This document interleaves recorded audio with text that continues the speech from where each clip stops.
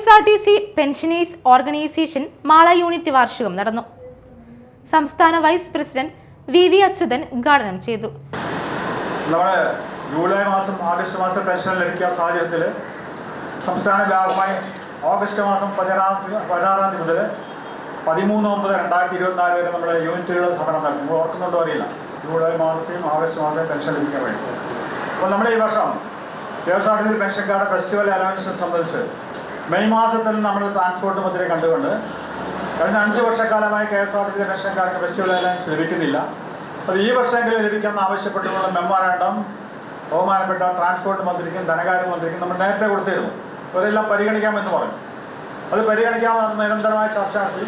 നിർഭാഗ്യവശാൽ നമ്മൾ ഈ വർഷത്തെ പെൻഷൻകാർക്ക് ഫെസ്റ്റിവൽ അലവൻസ് നിഷേധിക്കുന്ന സാഹചര്യത്തിൽ നമ്മൾ ഓണത്തിന് സംസ്ഥാനത്തെ എല്ലാ ട്രാൻസ്പോർട്ട് കേന്ദ്രങ്ങളും.